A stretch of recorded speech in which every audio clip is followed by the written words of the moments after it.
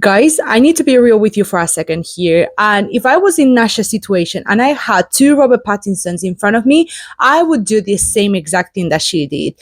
In fact, I would actually be so much worse.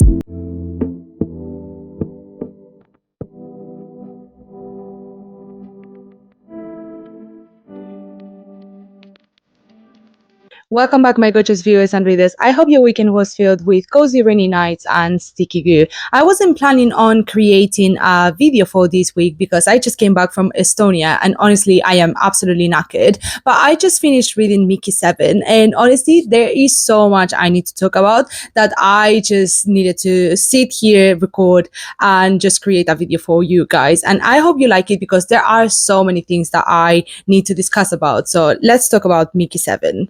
As always, starting with the summary, Mickey7 is about Mickey, who is a very random average guy in a discovery mission to an alien world called Niflheim. Everyone in that discovery colony has a talent or has the knowledge. They are there because they are the best of the best, right? They have pilots, you have biochemists, you have doctors, you have guards and soldiers, except Mickey, who has no real talent or knowledge. He doesn't have any technical ability, or he doesn't offer any sort of protection. He's just there. And the role that Mickey has is the role of expendable, which is someone who takes the riskiest of tasks in order to ensure the survival of the colony, right? With the only consolation that once his body perishes, another exact body or a copy of this body will be created just for him to live, basically. At the end of the day, Mickey is more or less an immortal. For the last decade, Mickey, or Mickey7 as people call him to differentiate him from other Mickeys, he has endured the worst of the worst, right? We're talking of freezing to death in the middle of the universe, or being killed by disease and being killed by creatures in Niflheim, right? We're talking like the worst kind of deaths that you can imagine. But he has always silently complied because that is the role of an expendable, right? That is why he is in this discovery mission. Until one day, after falling down a hole outside the dome that protects them or that protects the colony, he finds himself with a desire to leave, with a desire to meet his friends. So Nasha, who is his girlfriend, but also Berto, who is one of the pilots and who is his best friend, who actually kind of abandons him to his own luck or to just die because another Mickey can be created. But he finds himself with a desire to leave, to keep going and to not just abandon this body, right? So he manages to crawl himself out of the crevice and just finds himself back into the dome until he finds out that there is another Mickey running around. And both Mickey7 and Mickey8 find themselves in a dilemma where there are two expendables, there are two copies of the same person, and they find the dilemma, or they are in the dilemma of finding themselves with the sense of living, or with the desire of living,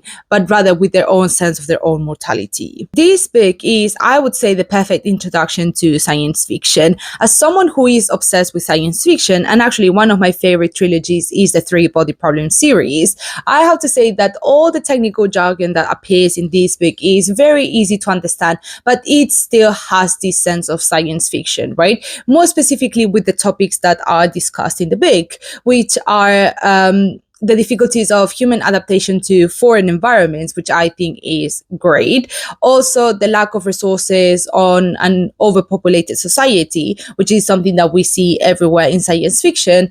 The colonization and genocide of native extraterrestrial species, which also, again, is like the main topic of science fiction. But more importantly, I think this book also mentions one essential topic that I think is not very well known in science fiction, which is the dark forest theory. In fact, I will go as far that this book is like brings another vision or another experience of the dark forest theory that I have never seen before. Before we talk about the dark forest theory, I want to acknowledge how Mickey is presented in the book, because I think this is heavily related to the dark forest theory. So I view Mickey as a loser. He literally has the biggest L tattooed in his forehead, right? He is viewed as something that is not even like doesn't even deserve human respect, right? He is viewed as a dumb tool rather than a person. He is something that they can just use and abuse and then just create something else, right? Because at the end of the day, he doesn't really matter. He's just unexpendable, right? Even the author himself paints him as a loser, right? Like Mickey starts his whole journey because he lost a bet, like a massive bet that he didn't have the money to cover. And then he was persecuted by a mafia or like by a crime family, right? So he decides to become an expendable so he can escape these, like his past, right? And that for me already shows like DL over here.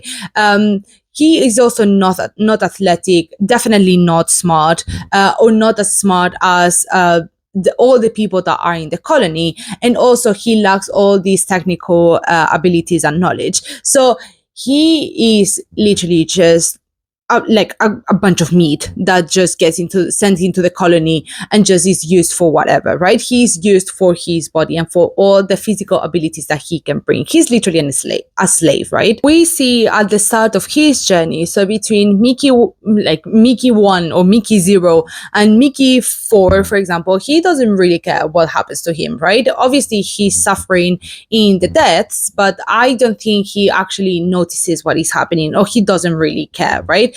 It's after Mickey 5th, if I am not mistaken, or Mickey 6th death, that he actually realizes what is happening. And the more he's sent into these suicide missions, the more he understands his real purpose, right? He is not just a bunch of human meat that they are using for the survival of his colony, but he is actually a tool in order to successfully conquer Niflheim, right? It's not about survival. It's not about finding resources for all these overpopulation or like this human overpopulation that is scattered around the universe, but it's actually about domination. It's actually about successfully managing a genocide of the native species in Niflheim. We can see this very clearly with one of the characters called Commander Marshall, right? He is what I consider the villain of the story, and his main goal is to make sure that he can conquer the whole world, right? He doesn't want to create any pacts with the creepers. He doesn't want to just make sure that everything lives in harmony. He just wants to destroy them so he can dominate the world, right? He wants to be the king of Niflheim. And this is why I think this book is a perfect example of the Dark Forest theory, right? Because at the end of the day, the Dark Forest theory is about survival, but it's about domination as well. It's about making sure that you are the winner of the battle. For those who don't know, the Dark Forest theory is a science fiction theory that has been popularized by Liu Cixin in the Three Body Problem series. And if you want to know more about the series, I also have a review on my channel that you can look up. You can find it over here or on my description.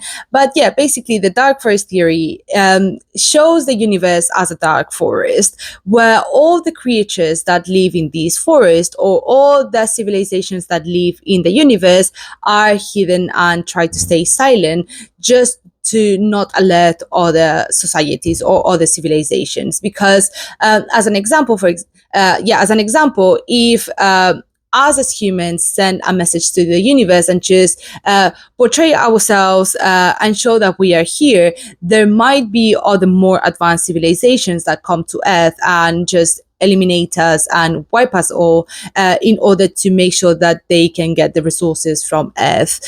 So the Dark Forest theory says or explains that every civilization in the world or in the universe is trying to stay silent just to not be attacked and just to survive.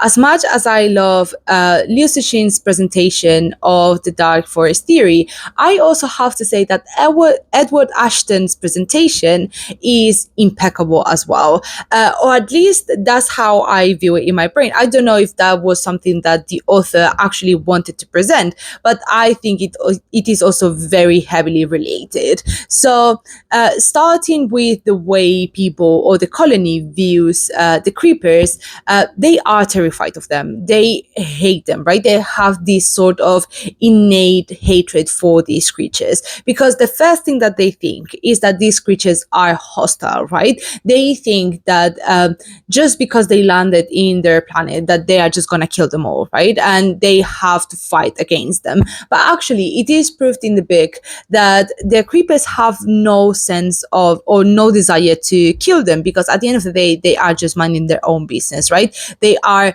this sort of like multiple entity creature, and they don't really have this sense of protection because they are protecting each other and they have their own community. So the sense of them being attacked, or the humans and the colony being under attack of the creatures, and the creepers just being naturally hostile, this is very much dark forest theory, right? Because humans have this innate sense that everyone is hostile against us, and that we are constantly under attack because of survival. Basically, this is just biology. This is why I think this book has a very interesting portrayal of the dark forest theory, because both species, both humans and creepers, attack each other because they think that the other species is trying to kill them or is trying to erase them, right? But actually, Mickey, he portrays the perfect mediator. He completely understands. So he is aware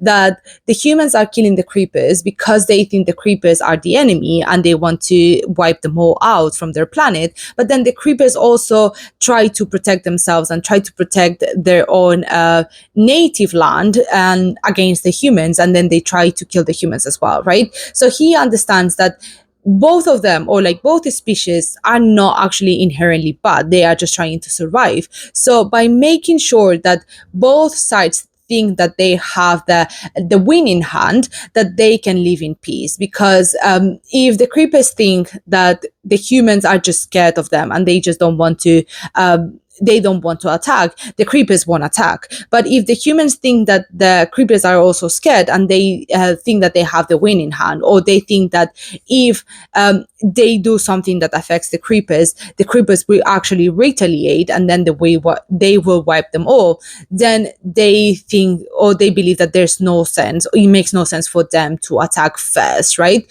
So in this sense, I think both species have the need to, or feel the need to, have the win in hand, or the comfort of knowing that the other won't attack. And this is exactly what I said was missing in the Three Body Problem series, more specifically in the dark forest theory part, because obviously, yes, I do agree that all species, or all intelligent species, tend to be defensive first and then collaborative after.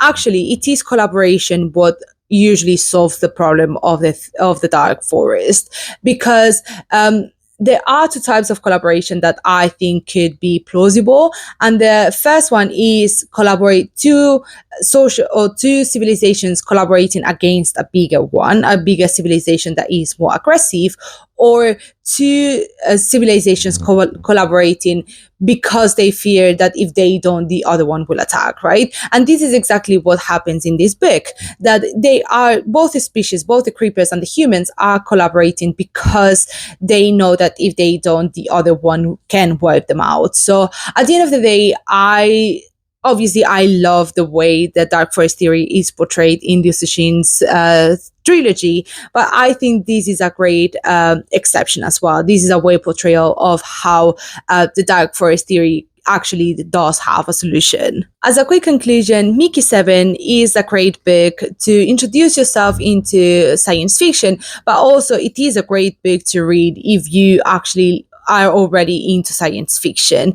Not only because the narration style is very easy and it's quite funny as well sometimes, but also because it brings the topics that make science fiction. So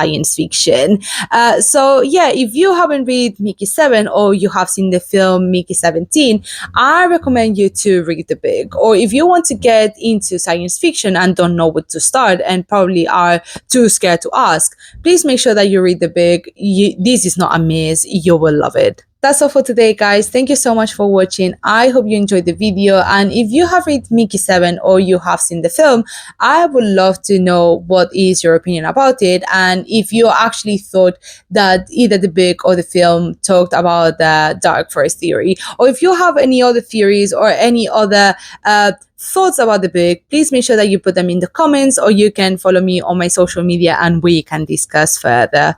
Thank you so much for watching again. I hope you have a great rest of your week and I'll see you soon. Bye.